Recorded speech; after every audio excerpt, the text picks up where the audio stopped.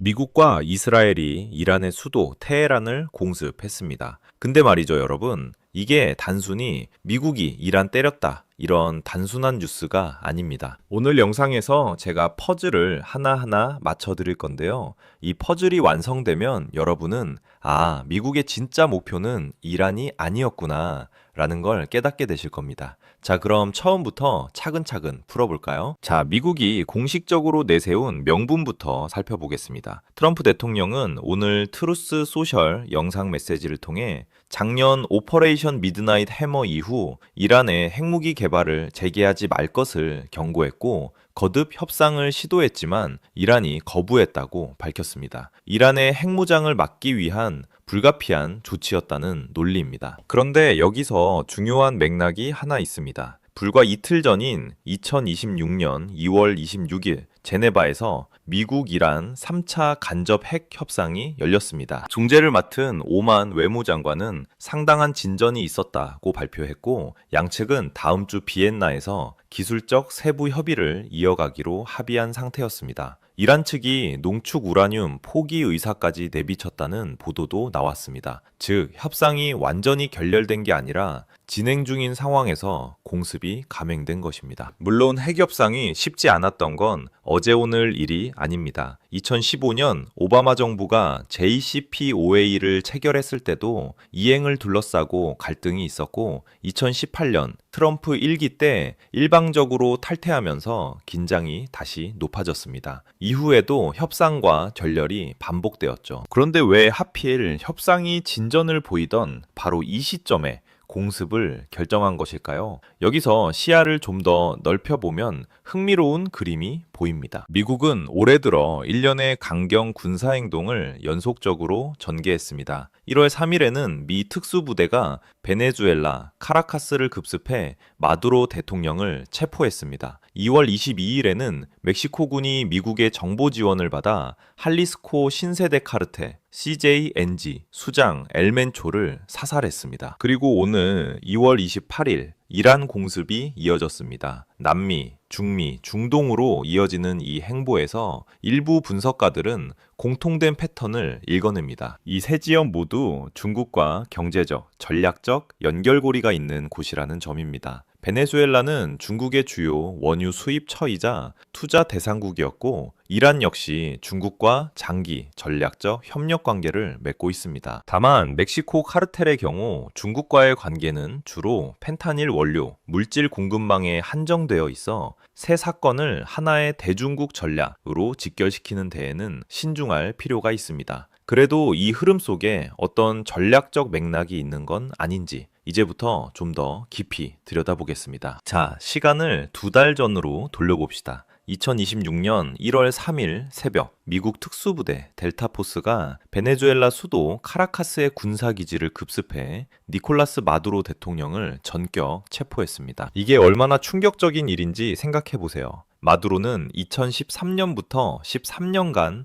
베네수엘라를 통치한 인물입니다. 미국이 경제 제재를 가하고 현상금을 5천만 달러까지 올려도 끄떡없이 버텼던 사람이에요. 그런 현직 국가 원수를 미군이 직접 들어가서 체포한 겁니다. 1989년 파나마의 노리에가 이후 사실상 처음 있는 일이죠. 여기서 핵심 질문이 나옵니다. 미국이 왜 이 시점에 이렇게까지 한 걸까요? 마두로가 자국민을 탄압하고 선거를 조작한 독재자였기 때문? 물론 그것도 있습니다. 하지만 그건 어제 오늘 일이 아니었어요. 좀 더 넓은 맥락에서 보면 베네수엘라는 중국의 남미 핵심 파트너였습니다. 이걸 이해하려면 중국이 어떻게 개발도상국에 영향력을 확대하는지를 알아야 합니다. 쉽게 말하면 인프라를 깔아주고 대출을 해주는 대가로 자원과 정치적 우호 관계를 확보하는 전략이에요. 중국은 2007년부터 약 10년간 베네수엘라에 약 620억 달러, 하나로 80조 원이 넘는 석유 담보 대출을 제공했습니다. 석유 팔아서 갚으면 된다는 구조였죠. 그런데 베네수엘라 경제가 무너졌습니다. 2018년 공식 물가 상승률만 13만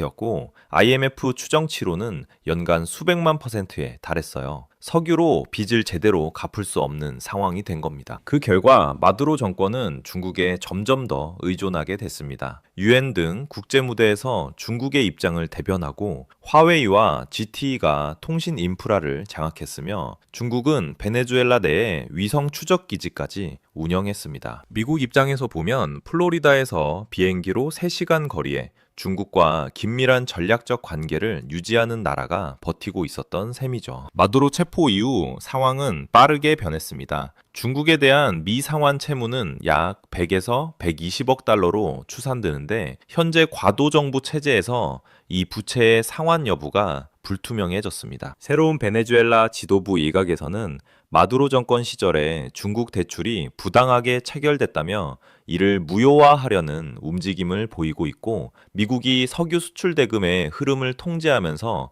중국의 채권 회수는 더욱 어려워진 상황입니다. 물론 일부 분석가들은 미국 주도의 석유 산업 복구가 오히려 중국의 채권 회수 기회를 줄 수 있다고 보기도 합니다. 상황이 단순하지는 않지만 중국에게 상당한 타격인 것은 분명합니다. 이것이 올해 미국이 날린 첫 번째 펀치였습니다. 마두로 체포 이후 약 7주가 지난 2026년 2월 22일, 이번엔 멕시코에서 큰 사건이 터졌습니다. 멕시코 최대 마약 카르텔, 할리스코 뉴 제너레이션 카르텔 CJNG의 수장 네메시오 오세게라 세르반테스, 별명 엘멘초가 멕시코 군의 급습 작전으로 사살된 겁니다. 할리스코 주 타팔파에서 벌어진 이 작전에는 미국 정보기관의 지원이 뒷받침됐습니다. 마약왕 잡았으면 된 거 아니야? 이렇게 생각하실 수 있어요. 맞아요. 표면적으로는 그래요. 근데 왜 이걸 중국이랑 연결하느냐? 여기서 펜타닐이 등장합니다. 펜타닐은 모르핀보다 100배,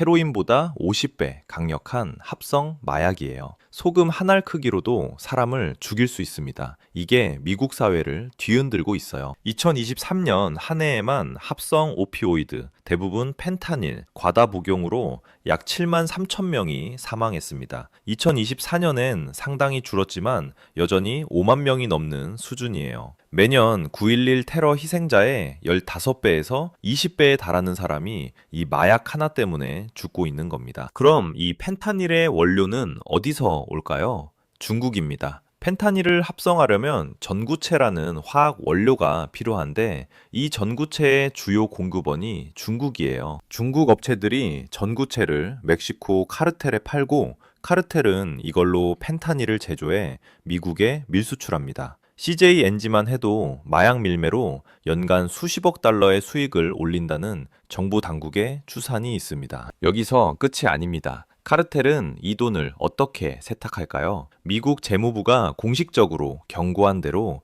중국계 자금 세탁 네트워크가 깊이 관여하고 있습니다. 카르텔이 미국 내에서 번 달러를 중국계 브로커에게 넘기면 브로커는 중국의 외환 반출 규제를 피하려는 중국인 고객들에게 이 달러를 팔고 중국 내에서는 위안화로 정산합니다. 카르텔은 달러를 세탁하고 중국 자본가들은 해외 달러를 확보하는 상호 이익 구조죠. 이건 음지의 연결고리입니다. 양지에서는 또 다른 문제가 있었어요. 바로 니어쇼어링입니다. 미국이 중국산 제품에 관세를 올리자 기업들이 멕시코에 공장을 짓기 시작했어요. 미국과 가깝고 USMCA 협정 덕에 관세 혜택을 받을 수 있으니까요. 문제는 일부 중국 기업들이 이걸 우회 전략으로 활용한 겁니다. 멕시코에 공장을 세우고 중국에서 부품을 가져와 조립만 해서 멕시코산으로 미국에 수출하는 방식이죠. 미국 입장에서 보면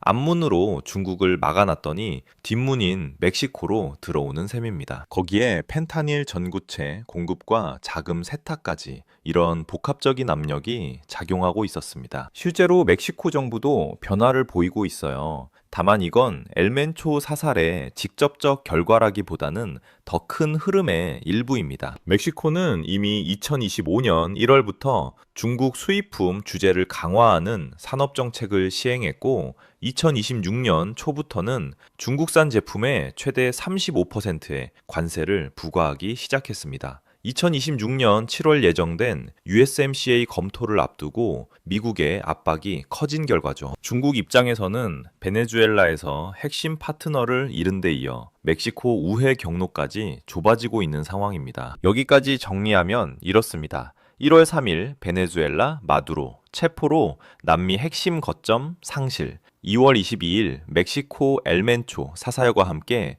중미 우회 경로 압박 강화. 그렇다면 중국에게 남은 핵심 전략 파트너는 누구일까요? 이란입니다. 이란이 중국에게 중요한 이유는 크게 세 가지입니다. 첫째, 석유. 중국은 세계 최대 석유 수입국으로 2025년 하루 약 1160만 배럴을 수입했습니다. 이 중 이란산이 K플러 기준 하루 약 138만 배럴, 일부 추산으로는 160만 배럴에 달합니다. 공식 통계에는 잘 안 잡혀요. 미국 제재 위반이니까 이란 원유가 말레이시아산이나 인도네시아산으로 둔갑해서 들어가거든요. 중국의 말레이시아 수입량이 말레이시아 총 생산량의 2배가 넘는다는 사실이 이를 잘 보여줍니다. 핵심은 가격입니다. 이란 석유는 미국 제재 때문에 다른 나라에 못 파니까 중국의 시장가보다 배럴당 10달러에서 15달러 할인해서 팝니다. 중국이 하루 150만 배럴을 이 가격에 산다고 치면 연간 50억 달러 이상을 절약하는 셈이에요. 경제 둔화에 시달리는 중국에게 이 할인 석유는 무시할 수 없는 이점입니다. 둘째, 지정학적 균형추.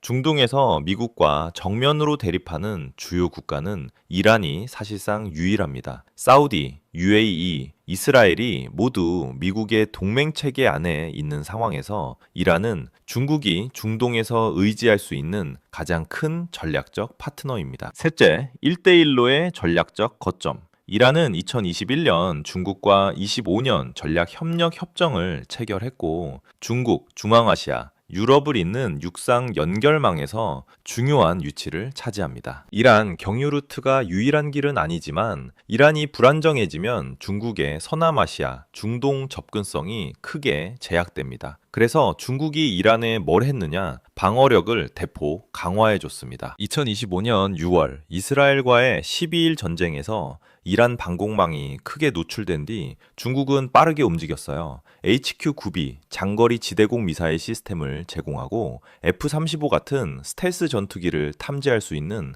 YLC-8B 대스텔스 레이더까지 배치했습니다. 2026년 1월에는 중국 군용 수송기가 수십 시간 내에 대량으로 이란에 착륙했다는 보도도 나왔어요. 사이버 보안 협력과 디지털 인프라 교체 지원까지 포함된 포괄적 방어 강화 패키지였습니다. 이란의 미사일 프로그램에도 중국 기술이 들어갔습니다. 미 재무부는 이란 혁명수비대에 미사일 추진제 성분을 제공한 중국 기업들을 제재한 바 있고 2025년에만 고체 로켓 연료 원료 1000톤이 중국에서 이란으로 넘어간 것으로 알려져 있습니다. 왜 이러겠어요? 이란이 무너지면 중국은 중동에서 전략적 발판을 완전히 잃습니다. 남미에서 핵심 파트너를 잃고 멕시코 우회로가 좁아지는 가운데 미국의 정면으로 대항하는 주요 국가 중 하나마저 사라지는 거예요. 러시아는 우크라이나 전쟁으로 여력이 크게 줄었고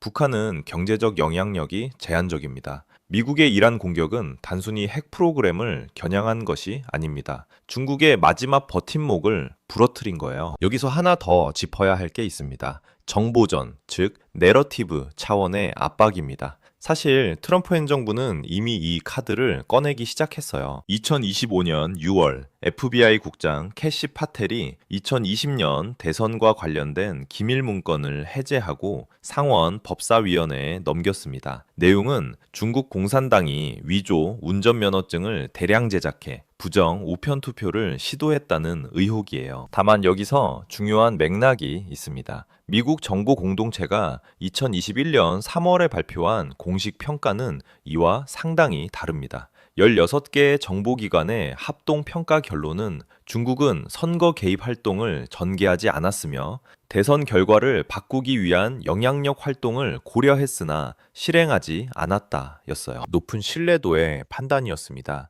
어떤 외국 세력도 투표 과정의 기술적 측면을 변경하려 시도하지 않았다는 것도 확인됐고요. 2020년 선거에서 실제 외국 개입의 주역은 러시아였습니다. 바이든을 비방하고 트럼프를 지지하는 영향력 캠페인을 전개한 것으로 평가됐죠. 그러면 파텔이 공개한 문건은 뭐냐? 이건 FBI 올버니 지부의 한 비밀정보원이 제공한 미검증 정보에 기반한 것입니다. 원래 보고서는 작성 직후 회수되었고 모든 사본, 파기 지시까지 내려졌어요. MBC 뉴스는 이를 입증되지 않은 의혹이라고 보도했고 선거법 전문가들도 증거 부족을 지적했습니다. 그럼에도 이 카드가 의미 없는 건 아닙니다. 증거의 법적 신뢰성과 정치적 효과는 별개의 문제거든요. 중국이 미국 선거에 손을 댔다는 이야기가 확산되면 사실 여부와 무관하게 반중 여론을 강화하고 대중국 압박에 국내 정치적 정당성을 높이는 효과가 있습니다. 다만 이것이 미중 관계의 프레임을 완전히 바꾸는 체크메이트가 될지는 미지수입니다. 실제로 2025년 6월 문건 공개 이후에도 트럼프 행정부는 에이펙에서 시진핑과 정상회담을 추진했고 미국 기업의 대중국 거래나 유학생 교류가 전면 중단되지는 않았어요. 무역전쟁, 기술 패권, 대만 문제 같은 기존 프레임이 여전히 미중 갈등의 핵심 축이고 선거 개입 의혹은 이를 보완하는 추가 카드 정도로 보는 게 현실적입니다. 트럼프가 이 카드를 언제 쓸지는 아무도 몰라요. 근데 논리적으로 생각해 보세요. 삼각 포위망으로 중국에 손발을 다 묶어놨잖아요. 이제 남은 건 목 조르는 것 뿐이에요. 그게 바로 대선 개입 폭로일 가능성이 높다고 저는 봅니다. 여러분, 오늘 영상 정리해 드릴게요. 2026년 2월 28일 어제 벌어진 이란 공습. 이건 단순히 미국이 이란 때렸다가 아니에요. 지난 2개월간 미국이 베네수엘라, 멕시코, 이란을 연달아 타격하면서 완성한 중국 삼각 포위망의 마지막 조각이에요. 목표는 명확합니다. 중국의 완전한 고립, 에너지 공급원 끊고 우회로 막고 정치적 우군 제거하고 거기에 대선 개입 폭로라는 최종 무기까지 준비하고 있어요. 중국은요 8경원 빚에 허덕이고 부동산 버블 꺼지고 성장 멈추고 외국 기업 도망가는 상황에서 이 포위망에 걸린 거예요. 버틸 수 있을까요? 솔직히 쉽지 않아 보입니다. 세계 질서가 재편되고 있어요. 미국 주도의 새로운 질서가 만들어지고 있고 중국은 그 새로운 질서에서 배제되고 있어요. 이 변화의 파도를 어떻게 타느냐에 따라 우리의 자산, 우리의 일자리, 우리 아이들의 미래가 달라질 수 있습니다. 오늘 영상이 여러분의 판단에 조금이라도 도움이 됐길 바랍니다. 영상 유익하셨으면 보통의 경제학 구독, 좋아요, 알림 설정 부탁드립니다. 댓글로 여러분 생각도 남겨주세요. 중국 경제 버틸 수 있을까요? 미국 전략 성공할까요? 다음 영상에서 뵙겠습니다.